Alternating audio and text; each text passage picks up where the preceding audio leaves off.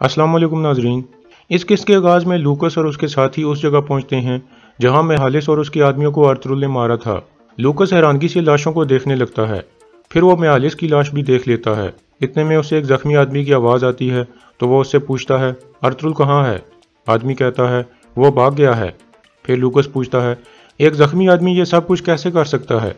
आदमी कहता है, वो अकेला नहीं था, उसने गुलामों को एक फौज में तब्दील कर दिया था। लूकस पूछता है, वो किस तरफ गए हैं?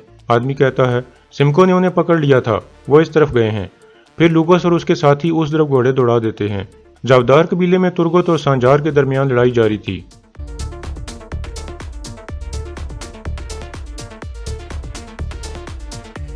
इतने में असलान और बहादुर भी अपने अपने खेमों से निकल आते हैं। असलान उन दोनों के दरमियान खड़ी हो जाती है और सांजार को कहती है, रुक जाओ। इतने में बहादुर भी वहां पहुंच जाता है और तुर्गत को सख्त गुस्से में कहता है, तुम्हारी ये जुर्रत। फिर वो जावदार कबीले के सिपाहियों को कहता है, तुम क्या देख रहे हो, इसको रोका क्यों नहीं? एक सिपाही कहता है, सारी गलती सांजार साहब की है, इन्होंने लड़ाई शुरू की थी। ये सुनकर बहादुर खामोश हो जाता है। फिर असलान कहती है, आप सही सलामत अपने कबीले जाओ तुर्गत, आपका शुक्रिया कि आप हमारे सिपाहियों को लेकर जंग पर गए थे। सारे सिपाही तुर्गत के हक में नारे लगाने लगते हैं, जबकि बहादुर और सांजार परेशान हो जाते हैं। फिर तुर्गत अपने एक साथी के साथ वहां से चला जाता है। दूसरी तरफ सादुद्दीन हनली बाजार के महल में मौजूद था और अपने आप से कहता है, आ तुर्गत अल्प, जब तक मैं तुम्हें अर्तुगरुल की तरह दफन न कर दूं मुझे सुकून नहीं मिलेगा। इतने में गोख्तू अंदर दाखिल होकर कहता है, अमीर हजरत, सुल्तान की तरफ से खत आया है। सादुद्दीन कहता है, खोल कर पढ़ो। गोख्तू पढ़ने लगता है। उसमें लिखा था, मेरे वजीर सादुद्दीन, अगर रियासत के हाकिम आला के लिए जाल बिछाकर हमला किया गया है तो जिम्मेदारों को सजा मिलनी चाहिए। मैं आपकी तरफ से किसी पेशरफ्त का इंतजार कर रहा था, लेकिन आप बिल्कुल खामोश हो। जिम्मेदारों से हिसाब लेना आपकी जिम्मेदारी है, आप जल्द से जल्द जिम्मेदारों को सजा दो। यह सुनकर सादुद्दीन कुछ परेशान हो जाता है और फिर कहता है, अब वक्त आ गया है कि अर्तुगरुल के कातलों से हिसाब लिया जाए। हनली बाजार बहादुर साहब के कब्जे में जाने के बाद मैं सुल्तान को बता दूंगा कि आरिस ने अर्तुगरुल के लिए जाल बिछाया था। दूसरी तरफ आरिस एंथियोस के गार में मौजूद था और अर्तुगरुल और सिमको का इंतजार कर रहा था। इतने में एक सिपाही अंदर आकर उसे शहंशाह की तरफ से एक खत देता है जिसमें लिखा था, अमीर सादुद्दीन के साथ शराकतदारी अच्छी पेशरफ्त है। हम आपकी तरफ एक माहिर ताजर भेजेंगे जिसका आपने मुतालबा किया था। कुछ अरसे बाद हम अपनी अजीम फौज से तुर्कों पर हमला करके उन्हें तबाह कर देंगे। दूसरी तरफ अर्तुगरुल और उसके साथी सिमको की तलाश में थे। एक जगह पहुंचकर वो घोड़ों से उतर आते हैं। अर्तुगरुल निशान देखकर कहता है, यहाँ से घोड़े के निशान इस तरफ जा रहे हैं, लेकिन ये कोई जाल हो सकता है। अर्तसिज कहता है, कदमों के निशान दूसरी तरफ जा रहे हैं। फिर अर्तुगरुल कहता है, इसका मतलब है कि वो पैदल जा रहा है, वो ज्यादा दूर नहीं जा सकता। फिर वो सब उस तरफ चल पड़ते हैं। इस दौरान लूकस के दो आदमी छुपकर उन्हें देख लेते हैं और लूकस को खबर देने के लिए वहां से चल पड़ते हैं। दूसरी तरफ बहादुर हनली बाजार में सादुद्दीन के पास पहुंच गया था। बहादुर कहता है, आपके सामने उस तरह का वाकया नहीं होना चाहिए था अमीरी हजरत। सादुद्दीन कहता है, तुर्गत तो आइंदा ऐसी गलती नहीं करेगा, क्योंकि वो जानता है कि अगली दफा खंजर उसके दिल में लगेगा। लेकिन सांजार साहब को रोकना मुश्किल है, उसे कहो कि मोहतात रहे, तुर्गत एक जंगली है, मैं नहीं चाहता कि आपके बेटे को कोई नुकसान पहुंचे। बहादुर कहता है, अगर उसने मेरे बेटे को कोई नुकसान पहुंचाया तो मैं उसे और उसके सारे कबीले को जला डालूंगा। सादुद्दीन कहता है, उसका भी वक्त आएगा, लेकिन हमें सुकून और इत्मीनान के साथ काम करना होगा। अभी आप वापस कबीले जाओ और जिरगे के लोगों को बुलाकर उन्हें एतमाद में लो। उन्हें हनली बाजार खरीदने के बारे में बताओ और उन्हें कहो कि अमीर सादुद्दीन मेरे साथ हैं और वो मुझे इस इलाके का हाकिम आला बनाना चाहते हैं। फिर बहादुर वहां से चला जाता है। दूसरी तरफ तुर्गत वापस काय कबीले में पहुंच गया था और उसने अपने साथियों को सब कुछ बता दिया था। बामसी बहुत गुस्से में आ जाता है और कहता है, हम बैठे क्यों हैं, चलो चलकर उस सांप का सर कुचलते हैं। तुर्गत कहता है, सुकून रखो बामसी, पहले ही हमारे पास काफी मसले हैं, पहले हमें दूंदार साहब से निपटना होगा। हकीम अर्तो कहता है, इस सब के पीछे अमीर सादुद्दीन है, वही बहादुर को यहाँ लाया है और हनली बाजार खरीद कर हमें इन जमीनों से निकालना चाहता है। सामसा कहता है, अगर दूंदार साहब ने यहाँ से हिजरत करने का फैसला कर लिया तो हम क्या करेंगे? तुर्गत कहता है, जब तक हम अर्तुगरुल भाई का इंतकाम ना ले लें हम कहीं नहीं जाएंगे। हम अकेले नहीं हैं, असलान खातून और उनके सिपाही भी हमारे साथ हैं। इसके बाद रात का वक्त हो जाता है। हलीमा सुल्तान को ख्वाब आता है कि अर्तुगरुल उसके खेमे में आ गया है और वो दोनों गले लगकर मिलते हैं।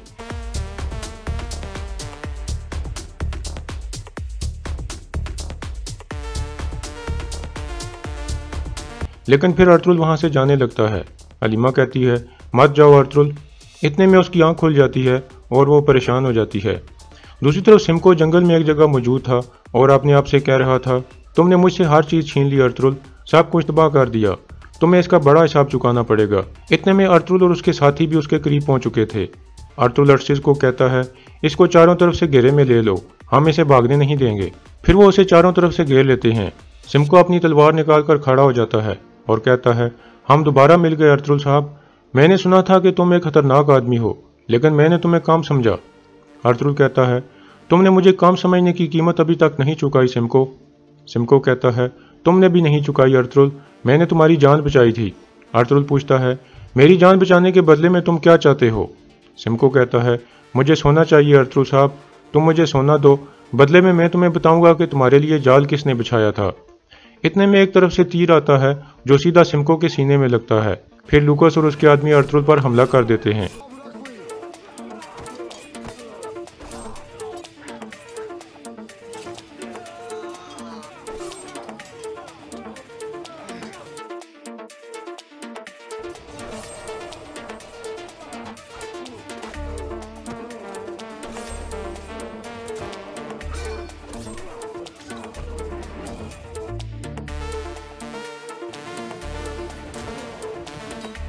इस लड़ाई में लूकस के सारे आदमी मारे जाते हैं, जबकि सिमको लड़ाई के दौरान भाग गया था।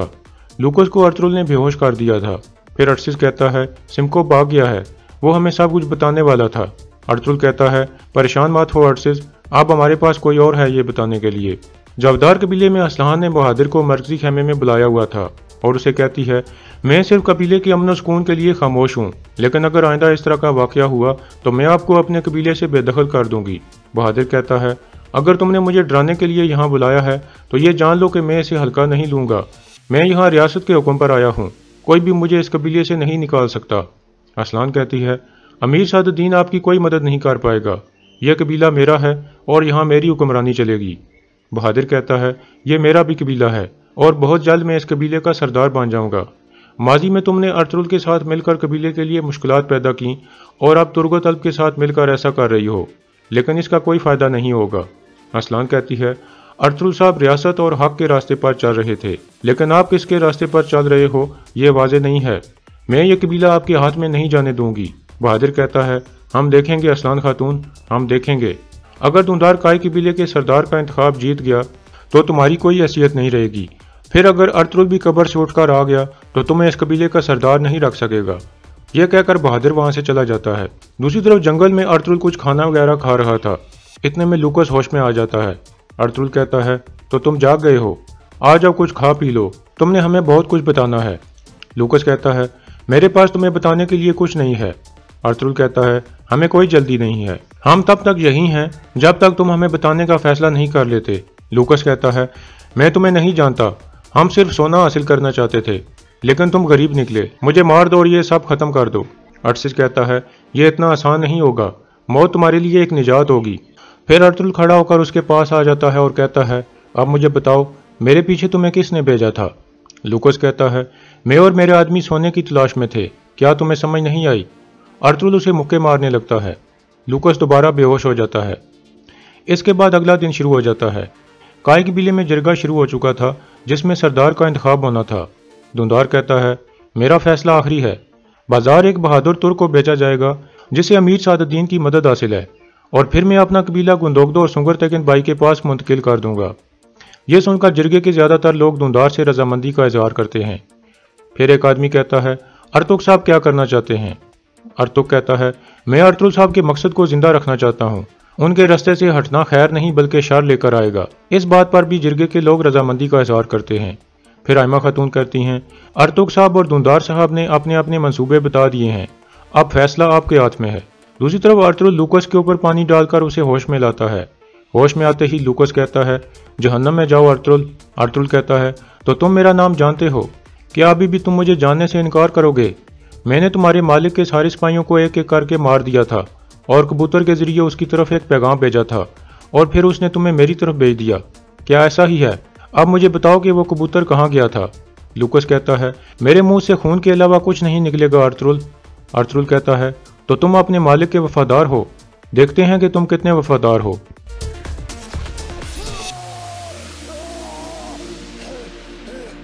फिर अर्तुल कहता है, वफादार कुत्ते बोलो। लूकस कहता है, अगर तुम मुझे मार भी दो फिर भी मैं नहीं बोलूंगा अर्तुल।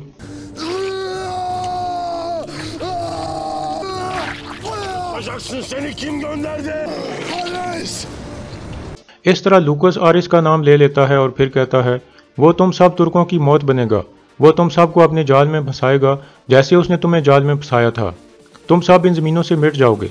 अर्तुल कहता है, मैं कारा जैसर किले को तुम्हारे मालिक के ऊपर गिरा दूंगा, मैं इस जमीन को उन लोगों की कब्र बना दूंगा जो तुर्कों को इन जमीनों से निकालने के बारे में सोचेंगे भी।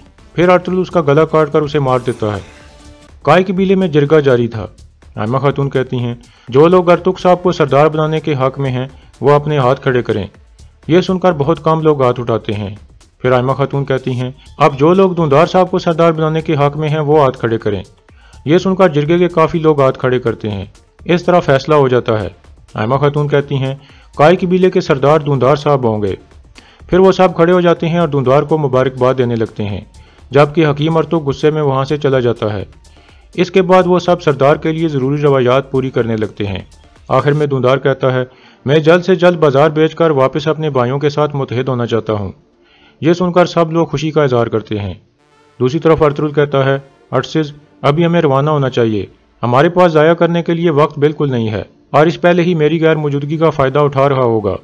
अर्सिस कहता है, हर चीज़ आपके लिए वाज़ेह हो गई है अर्तुल साहब, अब आपका अगला कदम क्या होगा। अर्तुल कहता है, अब फतह का सही वक्त है हमारे लिए, मैं आरिस का सर काट कर उसके शहंशाह को भेजूंगा, अगर ज़रूरी हुआ तो मैं कारा जैसर किले को जलाकर खाक काट डालूंगा। अर्सिस कहता है, तो फिर मैं किले में घुसकर आपके लिए मालूमात इकट्ठी करूंगा, आप ये जान लें कि मैं अपनी आखिरी सांस तक आपके साथ हूँ अर्तुल साहब। अर्तुल उसका शुक्रिया अदा करता है। फिर अर्सिस अपने साथियों को कहता है, बहादुर जंगजुओं, आप फौरन इलबेई के पास जाओ, उन्हें बताओ कि अर्तुल साहब सही सलामत वापस अपने कबीले जा रहे हैं। फिर वो सब घोड़ों पर सवार होकर वहां से रवाना हो जाते हैं।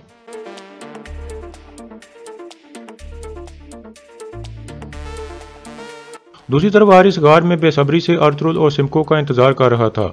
इतने में एक सिपाही आकर कहता है, अभी तक हमें कोई खबर नहीं मिली जनाब। यह सुनकर वो सख्त गुस्से में आ जाता है और कहता है, वो दोनों जरूर आएंगे और मैं उन दोनों को मार डालूंगा, तुम फौरन जाकर अपनी जगह खड़े हो जाओ और जैसे ही वो आए मुझे आगाह करो। और यहाँ इस किस्त का इख्तिताम हो जाता है।